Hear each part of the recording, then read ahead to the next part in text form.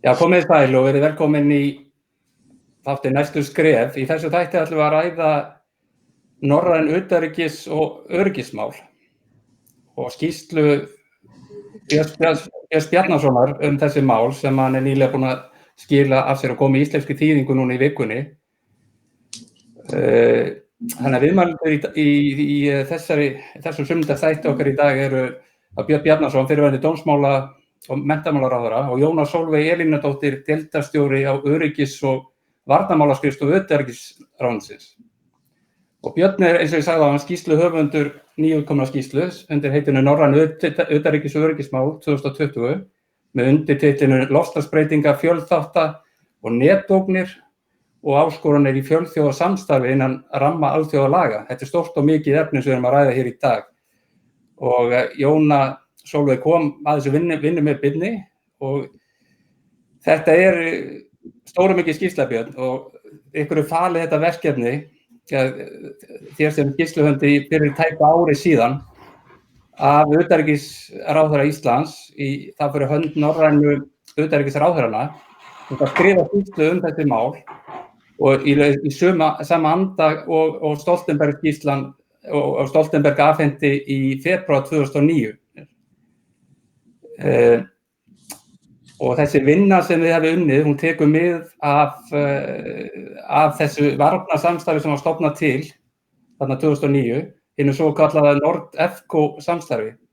Og í skipunarbréfinu þá kemur fram að mælt fyrir þrjá áherslupunkta sérstaklega, að fjalla hnattrænar loftslagsbreytingar, að fjalla fjölþátta ógnir og netöryggi, að styrkja og bæta fjölþjóðasamstarf innan ramma alþjóðalaga.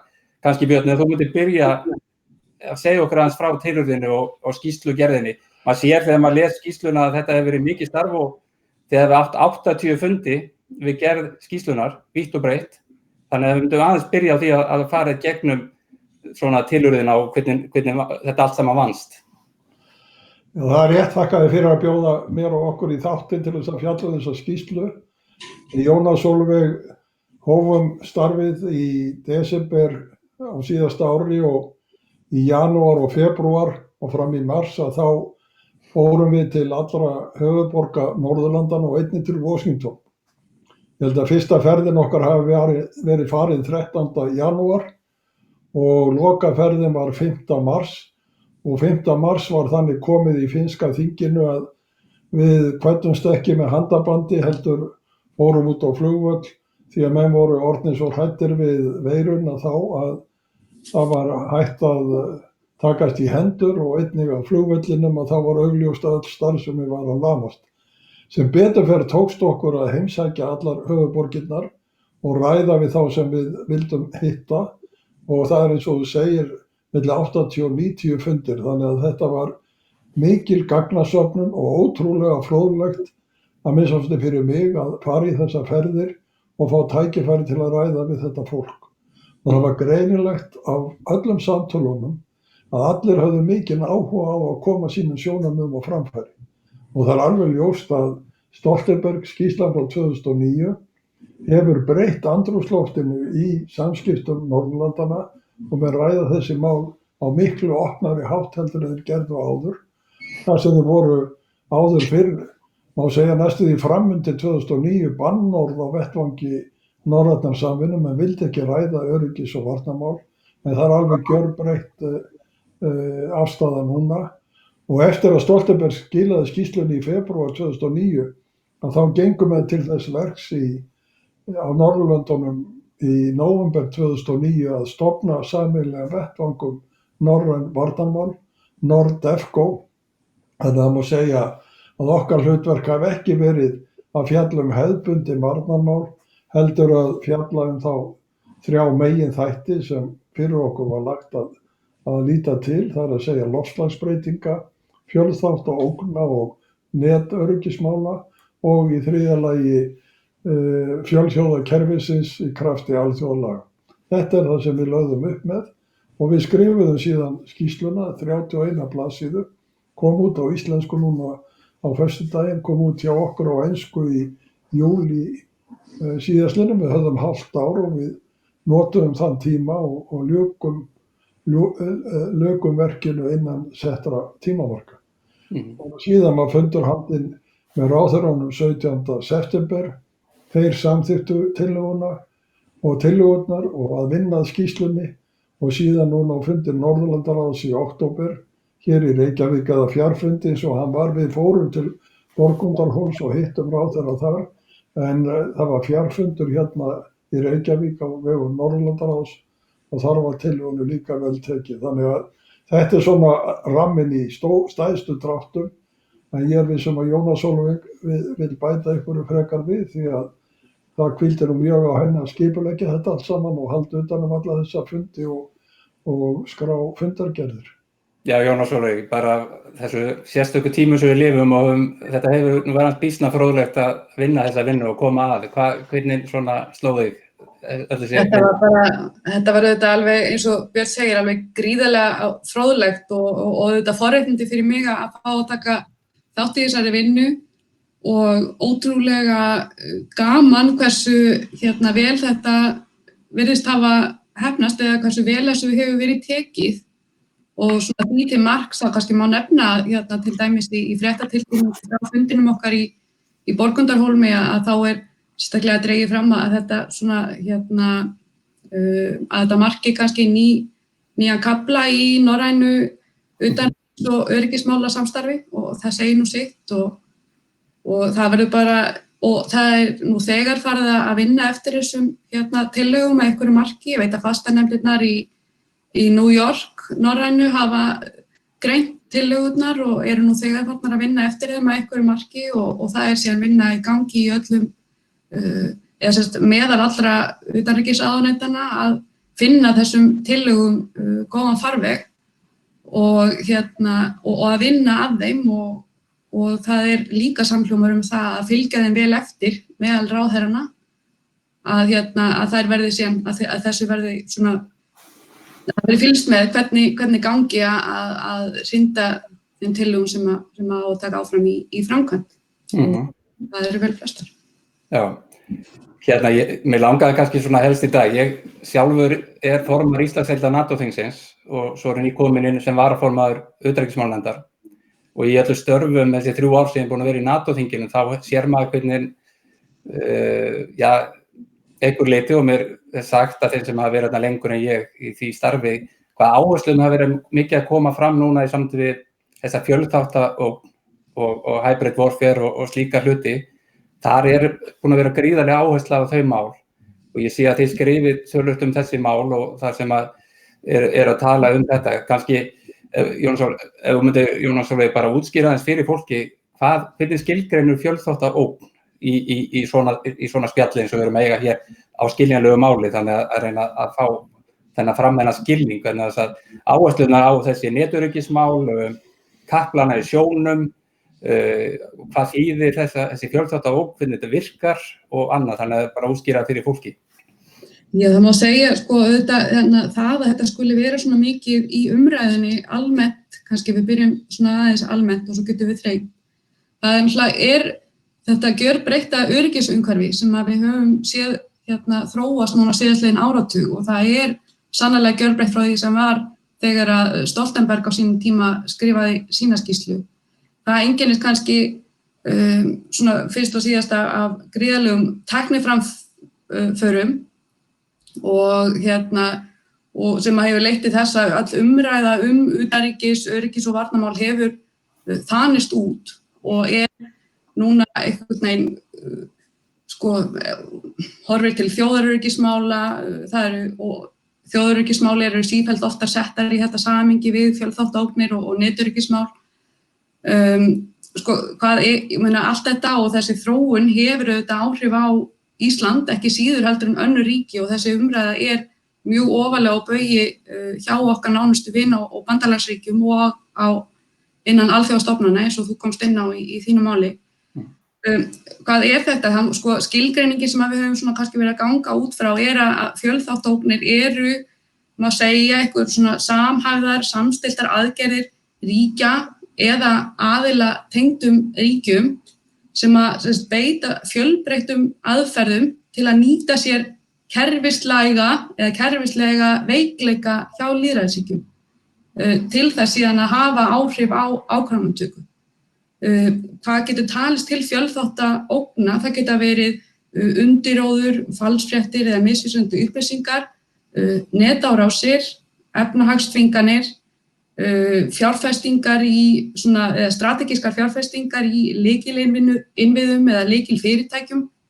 Það getur verið hagnýting á veikleikum í innviðum og eins og ég segi, tilgangurinn með því að beita þessum aðferðum að hafa áhrif á ákvarðanatöku eða að grafa undan eða skaða ríki eða stofnanir innan ríkja.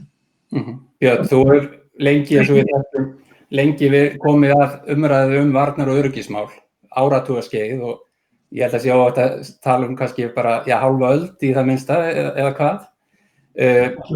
Alltaf ekki. Já, ég hugsa það, ef maður fer að skoða þessi mál, að þetta mjög breyttur heimur og eins og Jónas Sólveig kemur inn að bara frá Stoltenberg-skýrslunni að sjá hvað hefur gerst varðandi fjölþáttaógnina og hvernig raunverulega hún hefur komist sterkt inn. Hvernig skynjar þú þetta svona í sögulega samhenginu, þessar nýju ógnir sem eru að koma fram þarna?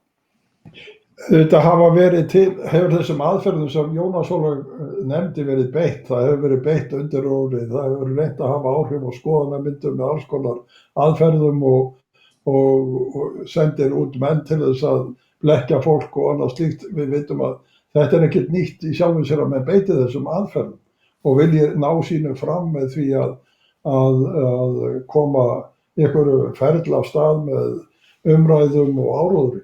Það sem nýtt í þessu það sem eins og hún vék að tæknin, það að við sitjum hér núna og tölum saman í tölvunum okkar. Við vitum ekkert hverjir eru að hlusta á þetta. Við vitum ekkert að maður kæmi hérna inn kannski einhver fjórði aðili sem reynda að fara að hafa áhrif á umræðurnar og reynda að hlutast til það sem við erum að tala um.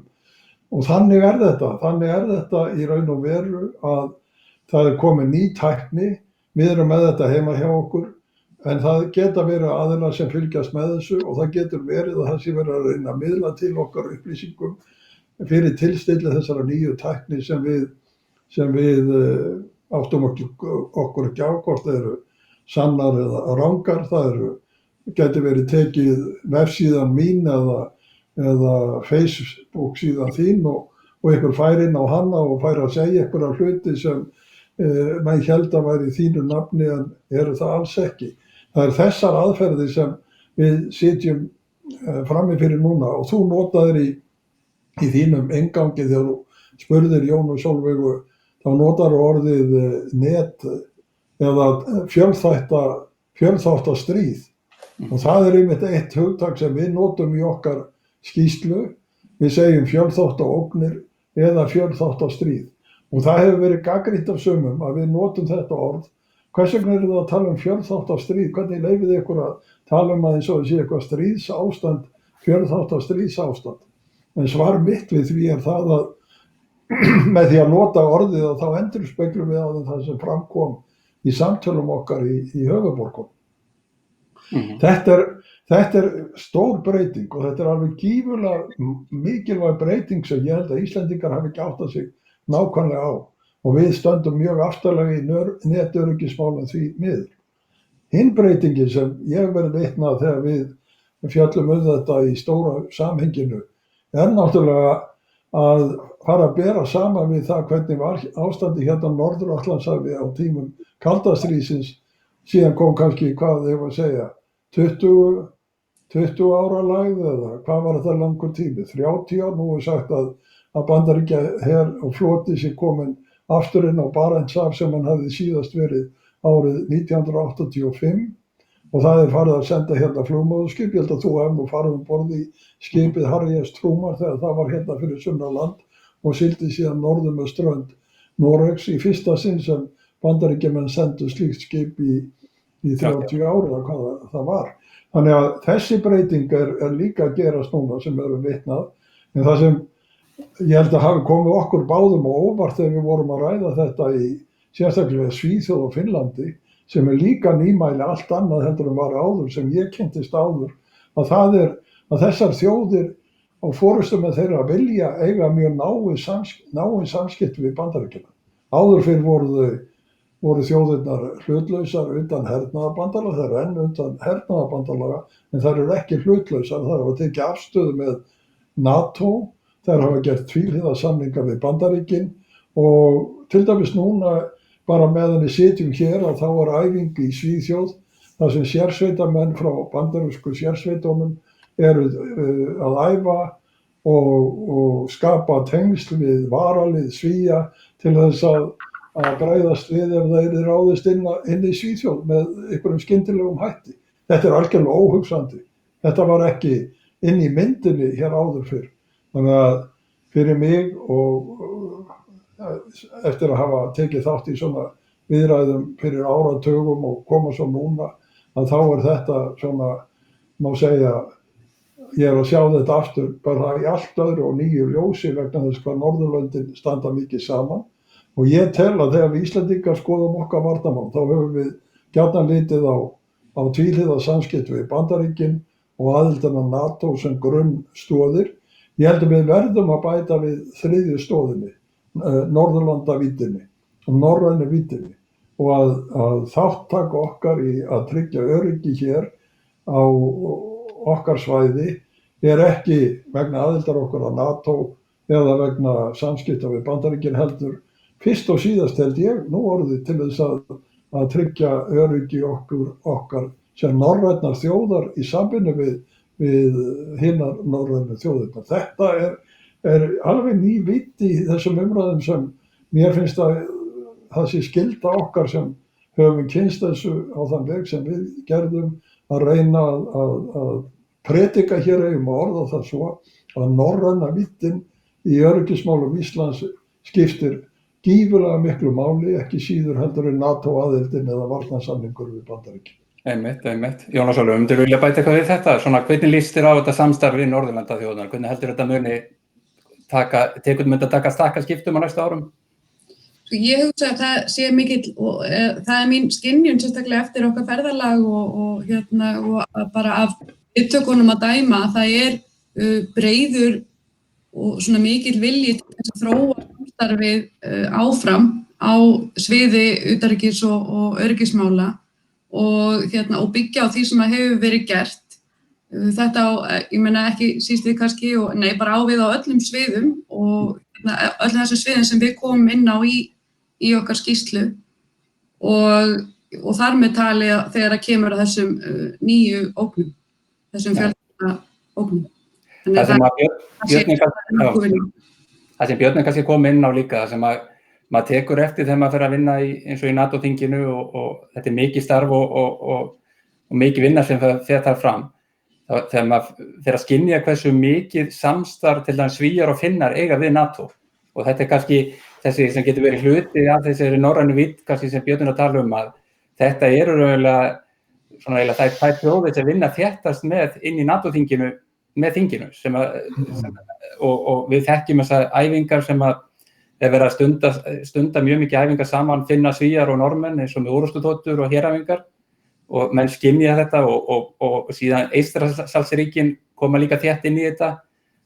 Við í formenn landsdeildana í NATO-þingi fundum til þess á miðvikudaginn fjarfund og erum að halda þessa fundi nokkuð reglulega sem að snúa einmitt að þessu samstarfi og ég held að sé mjög mikil vilja einmitt hjá inn í því starfi og jafnvel með Eystrasaltinu líka, Eystrasaltsríkjunum að efla og styrkja þess að varðandi eins og netöryggismálin og annað að þetta sé, menn skynja þetta mjög sterkt allt þetta dæmi og það sem kemur náttúrulega fram og bent á í skýrslunni hjá okkur að það eru af Norðurlöndunum 3 lönd í NATO og síðan eru 3 af þeim í Evrópusambandinu og verið að taka þétt saman í ýmissi svona alþjóðavinnu en þetta svona og netöryggismálin sérstaklega, ég held að svona, mann finnst að það er mikill áhuga að vinna þetta saman og það vekur þá svolítið athygli að Íslendingar eru raunverulega eina NATO-þjóðin sem er ekki taka þátt í starfinu í Helsinki varðandi fjölþáttaógnir og þessari Center of Excellence stofnun Þannig að ég gruna að það verði nú eitthvað skref tekin þá átt á næstu misserum að koma inn meira inn í þá vinnu. En ég vil minnst trúa að hérna heima við þá séu fleiri og fleiri að skynja þetta mikilvægi og ég reyndar gruna með nú að anvenda óveðri í desember í fyrra og þetta COVID-ástand að öll umræða þjóðaröryggismál held ég að sé að koma svolítið meira upp heldur en hún verið kannski upp í umræðinni miðað við hvernig sú umræða hefur verið hér í þó nokkur ár. Hvað finnst ykkur? Mér finnst, ég meina umræðan orðin allt annars eðlis því að eins og þú segir, óveðrið, COVID og allt þetta hefur breytt viðhorfinu en það hefur líka leitt athyglinna því hvaða þættir það eru sem skipta okkur máli ef við hugsaum okkar þjóðaröryggi. Það er að halda ákveðnum þáttum gangandi í samfélaginu og ef okkur tekst ekki að gera það þá verður hér mikil vá fyrir dyrum. Og þessir þættir, hvar eru skilin á milli borgaralegs öryggis og hernaðarlegs öryggis? Við höfum gjarnan litið þannig á að hernaðarlegt öryggi sé eitthvað sem við þurfum ekki að skipta okkur að, það sé annarra manna mál, en skilin þarna á milli eru raunverulega horfin og ábyrgðin sem hefur flust yfir á okkur sjálf miklu meiri en áður til að tryggja öryggi okkar. Þannig að ég held að þetta sé þáttur sem við þurfum að huga að og ræða á nýjum grunni. En ég vil líka nefna eitt í þessu sambandi, svona í þessari heildarmynd og það eru breytingarnar sem eru að verða á Grænlandi og í Færeyjum. Það var núna í vikunni, við hittum þann mann, Mikael, ég man nú aldrei eftirnafnið hans, hann yfirmaður Evrópudeildar bandaríska utanríkisráðuneytisins. Hann sá maður sem fer með NATO-málefni og er einn æðsti embættismaðurinn sem ekki pólitískur embættismaður í utanríkisráðuneytinu bandaríska sem fer með málefni á Norður-Atlantshafi og NATO. Hann var í Færeyjum á 50. var og það var skrifað þar undir yfirlýsingu og hann var þar með bandaríska sendiherranum, hann talaði við utanríkisráðherra Færeyja og þeir skrifuðu undir yfirlýsingu og það var engin danskur embættismaður þar á þeim fundi. Og fyrir skömmu var hér og þar í Færeyjum bandarískur flotafóringi, yfirmaður æðsti yfirmaður flota innan Atlantshafsbandalagsins með aðsetur í Napoli á Ítalíu.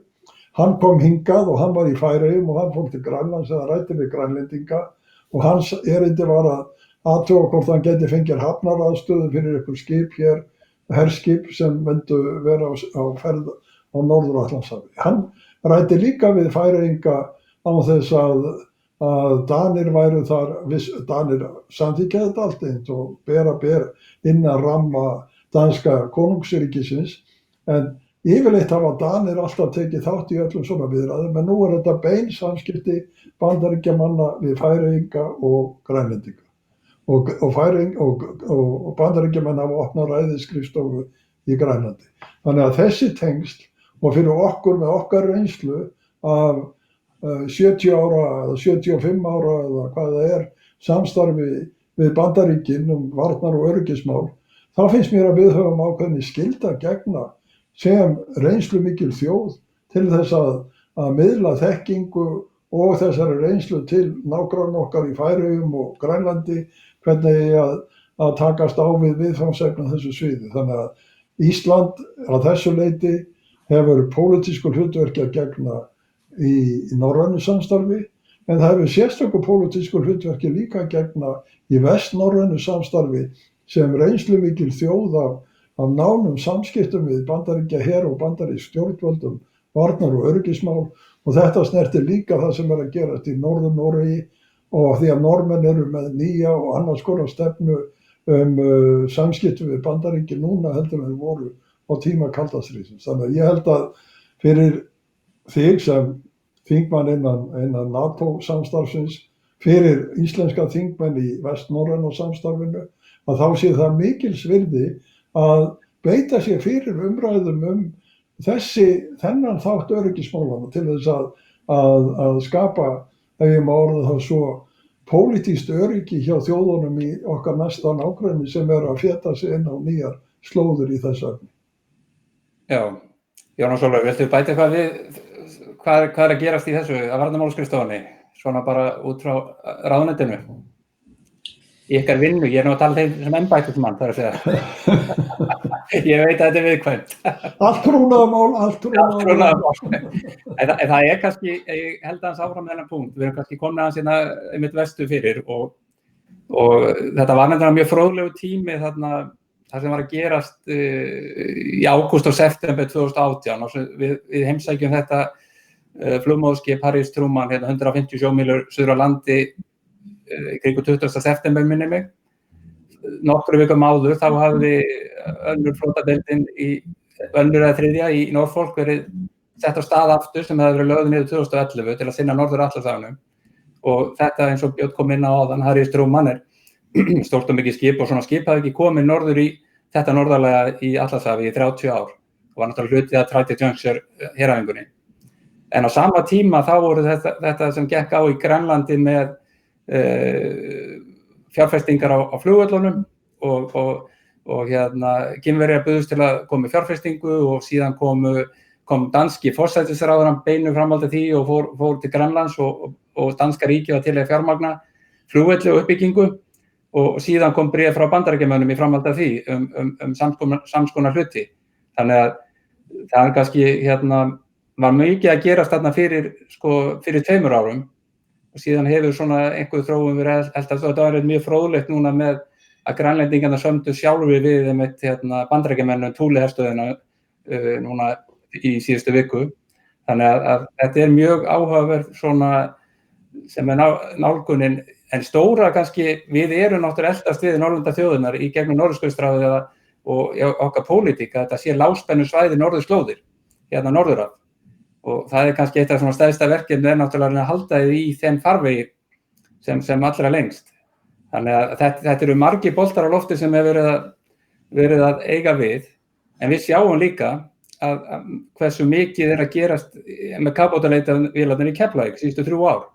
Og þetta orðið mjög mikið og ég get alveg sagt ykkur á því að ég var í Norfolk með NATO-þinginu, vísinda- og tækninefndinni, því ég var einn af varaformönnum, á sama tíma og kafbátarnir voru að fara út í októberloki í fyrra, út af Barentshafið og Norðmönnum var ekkert skemmt á þeim tímapunkti þegar fóru nú 10 kafbátar og 8 kjarnorkukafbátar og var mikil aksjón í Norður-Atlantshafi. Þannig að það gengur á ýmsu, en ég held að markmiðið hjá öllum sé ennþá að við höldum þetta lágspennu svæði sem allir eru að vinna með og reyna að ná þessu svona í einhvern góðan farveg, en það gengur á ýmsu. Það ljóst í geopólitíkinni, eins og þeir komið nú inn á einmitt í skýrslunni varðandi norðurslóðir og Rússland og Kína og allt sem gengur á, að þetta mikil og stór umræða sem að við verðum náttúrulega svolítið vör við í ýmsu og svo verðum maður náttúrulega var við þetta í eins og í NATO-þinginni sem nú bara svo ég segja þetta eiginlega með í fróðlegra starfi sem maður sinnir í sem þingmaður. Það sem maður verður áskynjað þar og það sem maður að læra í svona stóra samhengi hlutana í gegnum það starf. Þetta mjög áhugavert sem að kemur þar. En við ættum kannski að fara aðeins inn í nú heitir þessi þáttur næstu skref og ég spyr alltaf, og hver eru næstu skref? Hvert erum við að stefna í þessu og hvernig sjáu þetta fyrir okkur? Núna var NATO til dæmis með stóran fund fyrir ungu kynslóðuna, voru að kynna NATO í fjarfundi á mánudaginn var, NATO til 2030 var umræðan. Hvernig sjáu þið þetta fyrir ykkur á næstu árum, næstu 10 árin þróast þetta bæði starfið innan Norðurlandana, í þessu norrænu samvinnu, og síðan aftur í stóra samhenginu með NATO sem að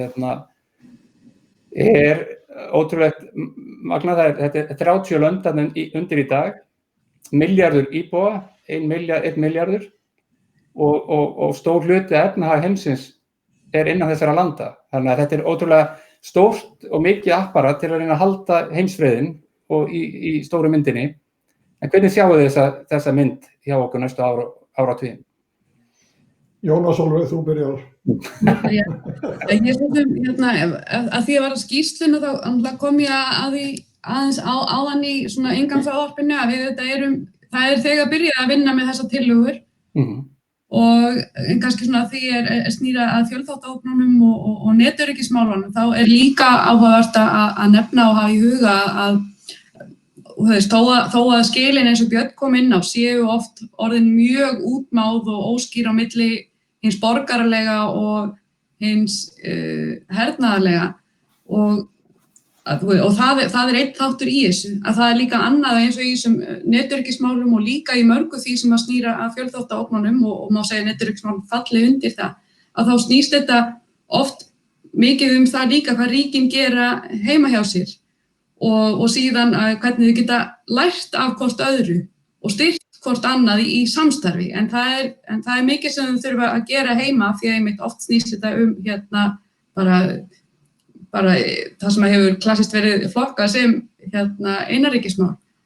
En ég get sagt frá því allavega eins og hjá okkur og innan utanríkisráðuneytisins þá erum við farin að taka ákveðin skref hjá okkur. Það er búið að setja á fót nýja deild innan ráðuneytisins, innan öryggis- og varnarmálsskrifstofu, nýja deild fjölþáttaógna og hún mun sinna stefnumótun innan ráðuneytisins á þessu sviði.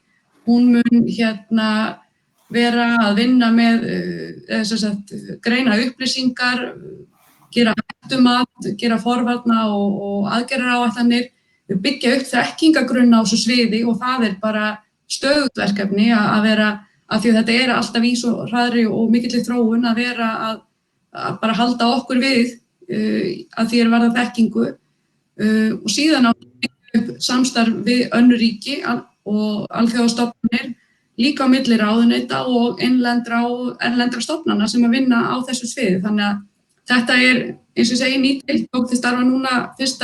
nóvember og við Þú leiðir þetta á vinnu? Já, eins og þá ger ég það og þetta bara mjög spennandi og fyrstu skref. Það sem ég vildi segja þetta það við leggjum til þarna 14 tillögur. Ef að þessar 14 tillögur okkar yrðu samþykktar þá verði heimurinn miklu betri eftir 20 ár. Þannig að ég tel að við höfum lagt okkar á mörkum til þess að reyna að skilgreina hvernig ég nálgast svona framtíðarmál og tillögunum hefur verið vel tekið. Ég myndi leggja til við þig að þú beittir þig fyrir því að þessar tillögur eru ræddar á vettvangi NATO og það yrði minnst okkar tryggt að þessir vísu menn sem eru núna sitja á rökstólum á vegum NATO til þess að móta framtíð bandalagsins að þeir fengju líka aðgang að þessum tillögum og það yrði tekin afstaða til ýmissa álitaefna sem þar á þeim vettvangi. Þannig að ef það yrði samhljómur á milli þess sem NATO leggur til á næstu árum og þess sem hér kemur fram í okkar tillögum að þá held ég að menn væri að taka stefnu í rétt átt. En ég tek fram að við erum ekki að fjalla í okkar tillögum þessi hörðu hernaðarmál ef ég má orða það svo þótt að við höfum rætt þau hér. Í öðru lagi að þá vil ég segja að ég tel að breytingin sem að verða núna í Bandaríkjunum með því að Joe Biden verði forseti með meirihluta repúblikana líklega í öldungadeildinni að hún muni skapa meira jafnvægi í afstöðu Bandaríkjastjórnar út á við heldur en hefur verið undanfarin 4 ár.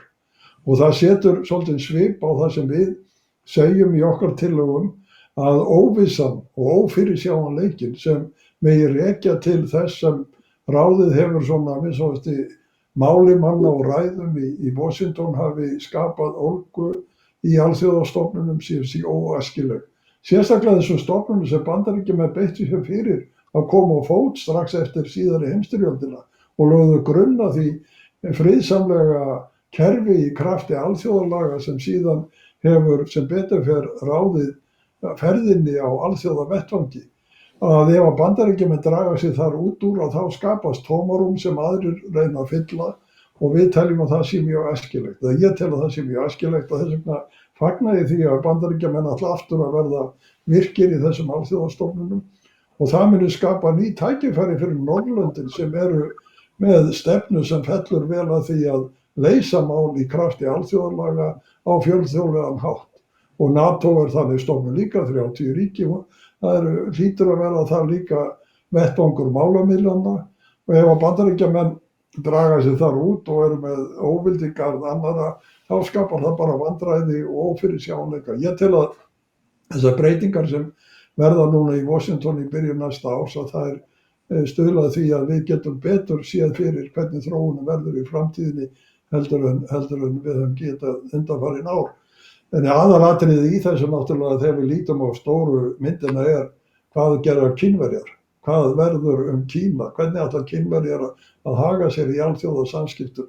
Við sjáum núna sorgleg dæmi það að þeim sé alveg saman það sem umheimurinn segir þegar þeir taka völdin af lýðræðisvöld sem lítil voru þó af Hong Kong og bara stíga þar og alla og hrekja menn af þingi og fangelsaði og hafa í hótunum.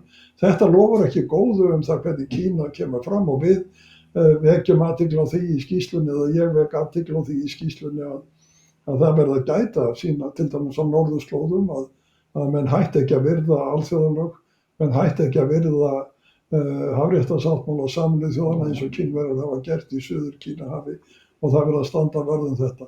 Ég held að það sem að gerast núna, það sem við erum átt okkur á og nágrannar okkar að til þess að halda lágspennu á Norður-Atlantshafi og norðurslóðum, þá sé nauðsynlegt að gera þær ráðstafanir sem verið að gera til þess að fæla aðra frá því að koma þar inn með ofríki og lágspennan felist í því að það skapist eitthvað jafnvægi á þess að menn sé að ögra hver öðru. Ég var nefnitt búinn að hugsa þetta, Björn, með þið búin að vera að lesa yfir skýrsluna núna á íslensku, svona uppröðum frá því sumar, ef maður var að lesa hérna þá.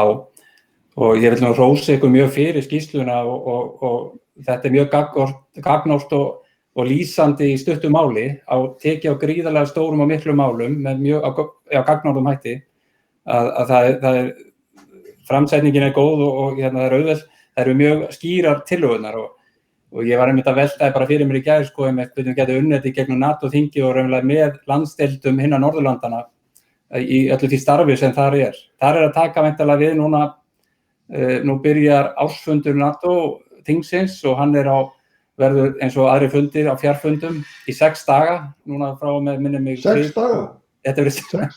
Við verðum á fjarfundum sem erum í landsdeildinni hérna í 6 daga. Það er búið að setja þetta, venjulega þetta 4 dagar og fundaði 10 tíma á dag en nú er búið að setja fjarfundin á í 6 daga frá held í þriðjudegi minnum mig og fram á mánudaginn næstu viku. Þannig að, og þar væntanlega verður kosinn forseti þingsins og mér sýnist að verði Bandaríkjamaður demokrati frá Virginíu sem hefur einmitt skrifað skýrslur norðurslóðir inn í NATO-þinginu, verið skýrsluhöfundur að því og það er einur þar með republikana og demokrata það kjör og styðja við hann. Þannig að mér sýnist ég get bent á það hversu Bandaríkjamenn hafa tekið þetta alvarlega á febrúarfundum í Brussel síðustu 2 ár og í febrúar núna og svo fyrir ári að þar kom Nancy Pelosi með 50 bandaríska þingmenn með sér öryggisráðstefnuna í Munich og síðan kom hún til Brussel og hitt okkur þar. Þannig að það er mikil alvara með bandaríska þingmanna þetta og það hefði aldrei verið svona stór bandarískur hópur sem hefði komið á þessa fundi hjá NATO-þinginu. Þannig að ég held að það sé mikill einhugur þar að vinna vel í þessum málum og mér finnst þetta reyndar eins og þeir að benda á varðandi í nýorkuna og orkumálum, græna orku, að Norðurlandi geti verið svolítið leiðandi með jarðvarmann, vatnsaflið og nýja orkugjafa og þau tala Nordic Brand og ýmislegt í þessari skýrslu að þetta gæti verið ein vittin í því að koma frá þessum hugmyndum fram inn í NATO-þinginu, inn í pólitíska umræðu þar, sem að Norðurlöndi geta raunverulega, þess að ég er sammála að það er mjög litið til Norðurlandana, almennt finnst mér í þessu alþjóðastarfi sem er svo sem ég tekið þátt í á vegum þingsins hingað til. Þannig að það er mjög áhugavert.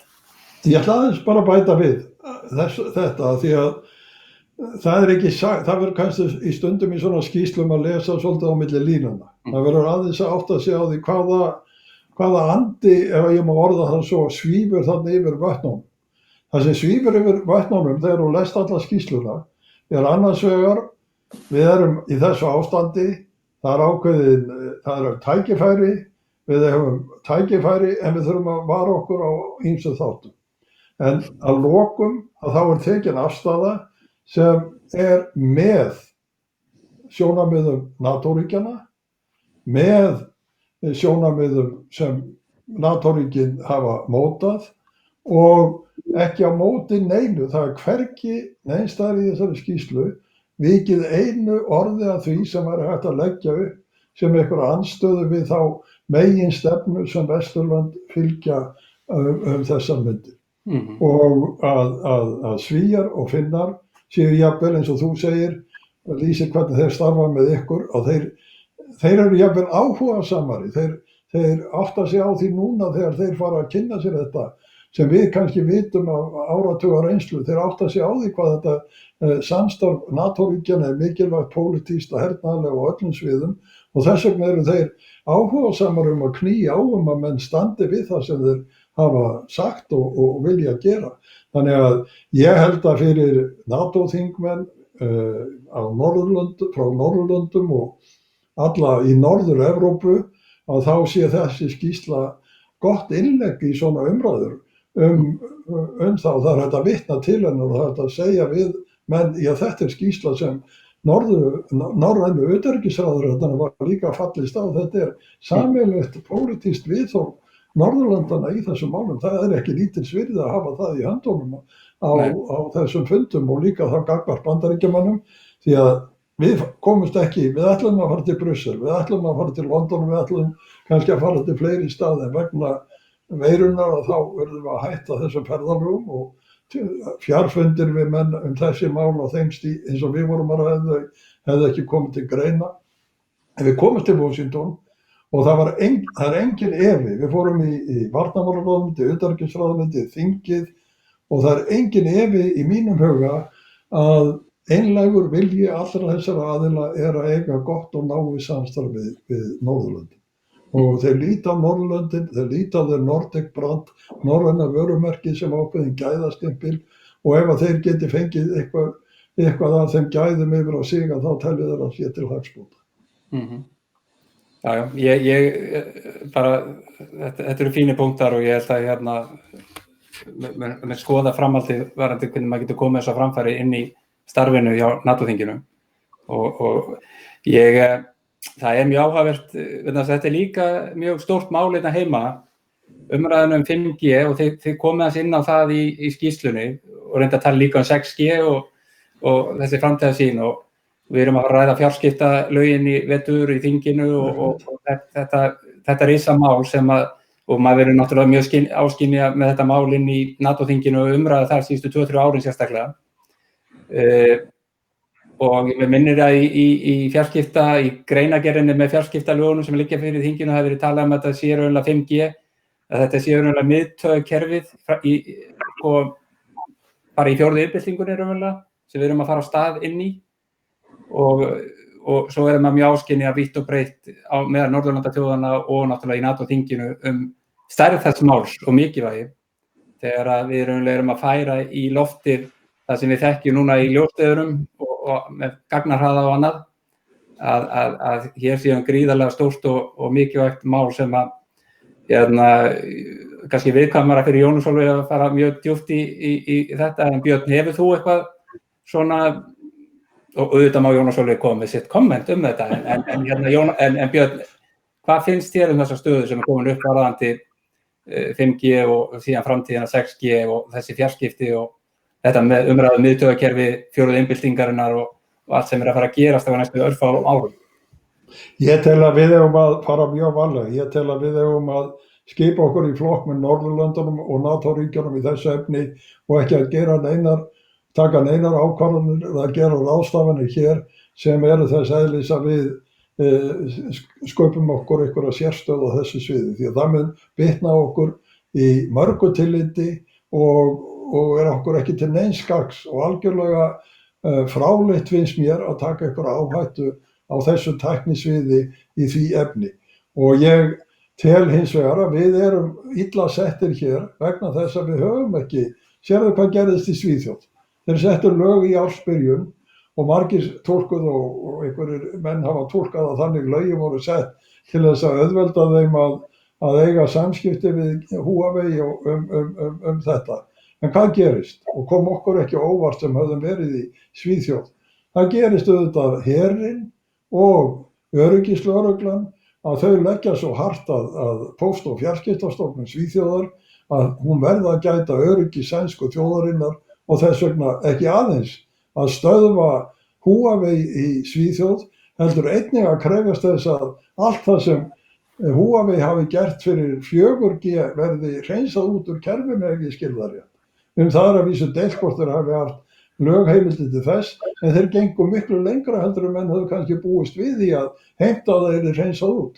Og það eru sambærileg lög í Finnlandi og niðurstaðan verður örugglega svo sama þar að þar munu herinn og öryggislögreglan leggja til þið skuluð gæta ykkar, ef þið ætlið að gæta þjóðaröryggis á þessu sviði, þá skuluð þið ekki fara út á þessar brautir. Og við sjáum hvað er að gerast í Bretlandi, við sjáum hvernig Frakkar tala þetta, Þjóðverjar og Danir, og við þurfum ekkert að fara og finna upp hjólið í þessu og segja að Póst- og fjarskiptastofnun hér á landi segja við höfum ekki heyrt nein rök fyrir því að þetta sé eitthvað hættulegt. Ég bara botna ekki í því að menn skuli tala svona eftir allt það sem hefur komið fram á undanförnum vikum.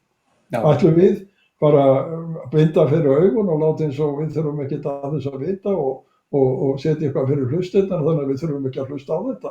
Og ég held að þeir sem fjallið í þinginu ættu að gæta vel þegar þið farið yfir þetta frumvarp sem þeir eru með í smíðum núna að taka mið af því sem var gert í Finnlandi og Svíþjóð og skapa stjórnvöldum hér það aðhald sem nauðsynlegt til þess að þau geri ráðstafanir á þessu sviði sem séu í samræmi við öryggið. Vandinn er sá okkur vantar hér stofnanir sem hafa þá þekkingu sem þessar stofnanir í Svíþjóð og Finnlandi hafa eða í Danmörku.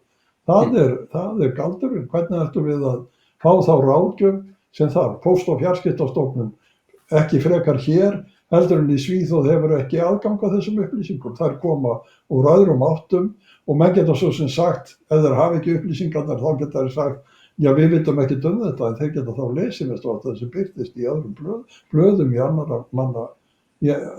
annarra þjóða og átt að sjá því hvað þar er sagt.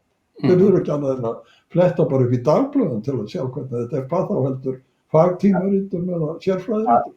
Í Helgablöðunum akkurat núna er verið að auglýsa eftir manni hjá Póst og Fjar sem á að sjá þessi mál, deildarstjóra netöryggismálið, sé ég bara auglýst núna í dag eða í gær. Og hvaða kröfur eru gerðar? Síðasta fundi sem var erlendis í þá miðjan 21. febrúar, þá stýrði ég einmitt á lokadegi á febrúarfundinum í Brussel netöryggisæfingu eða raunverulega svona hermi sem kom fyrirtæki frá Íslandi eða Tallinn sem þeir eru mjög færi líka í þessu og voru að sýna þetta fyrir okkur 30-40 þingmönnum sem sagt netárás á land sem var að eyja í Norður-Atlantshafi og mjög fróðlegt og ég haf mikinn áhuga síðan að reyna að þessi raunverulega hermiæfing að hún kæmi hingað heim og þjóðaröryggisráði og væri held ég æskilt fyrir þingmenn og aðra að sjá raunverulega svona slíka æfingu hvað er verið að eiga við og fást við. Þannig að það var á síðasta degi þegar maður var í útlöndum hérna í febrúar.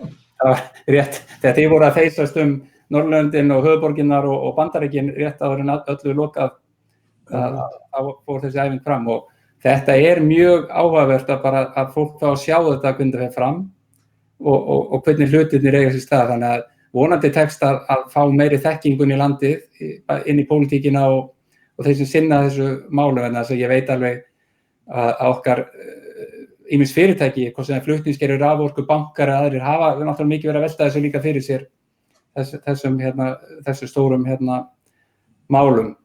En það að nóg að taka og við getum haldið áfram mjög lengi í þessari umræðu, það ljóst, en ég bara enn og aftur þakka kærlega og óska ykkur til hamingju með skýrsluna. Jóna Sólveig, eitthvað að lokum svona inn í málin og þið ætli bara að halda áfram að kynna og vinna í þeim punktum sem að meðal tengja skýrslunni í framhaldinu. Eitthvað að lokum? Kannski bara þessi síðasta umræða, hún einmitt svona aftur bara til marks það bara hvernig þessi skil á milli svona þetta borgaralega og heims alltaf að verða óskýrari og hvað við þurfum að ná vel og heildrænt utanum þetta og það auðvitað eitthvað sem við í mínum ráðandi tökum mjög alvarlega og erum að vinna að. Þannig að það eru mörg að vinna eins og þú segir og við munum halda áfram. Takk. Björn, eitthvað að loka orð? Þakka þér kærlega fyrir. Þessi tækni svo fullkomin að nú var einn maður sem að horfa á þáttinn búinn að setja inn auglýsinguna sem Post og Fjár hefur sett í blöðu núna og hún myndist á og þar sér maður að það eru gerðar ákveðnar hæfniskröfur en ég held að við áttum okkur ekki á því hvaða hæfniskröfur þarf að hafa í þessu og hvaða þekkingu menn þurfa að hafa til þess að átta sig á þessu. Það er mjög ánægjulegt að það væri hægt að fá þetta hermilíkan sem þú ert að tala og setja það upp hér eitthvað og menn fengi að kynnast þessu. En ég vil nú bara í lokin þakka þér kærlega fyrir Njáll traustið að þú skulir efna til þess að fundar með okkur, að við fáum tækifæri til þess að ræða þessi mál og ég skora á þig sem þingmann og áhugamann þessi mál og NATO-þingmann til þess að halda þessum umræðum opnum því að það vantar fyrst og síðast að ræða þessi mál meira og ræða þau þannig að menn haldi sér á jörðinni og líta á það sem að gerast í staðinn fyrir að tala þau á tilfinningalegum forsendum þótt og það auðvitað erindi í þetta eins og annað en þetta fyrst og fremst mál sem þarf að meta út frá bara umhverfi okkar, ekki síður heldur en loftslagsmál eða hvaða mál önnur. Við þurfum að átta okkur á því hvar við erum stödd á þessu sviði og gera þær ráðstafanir sem við getum til þess að viðhalda þeim lífskjörum og því frelsi og því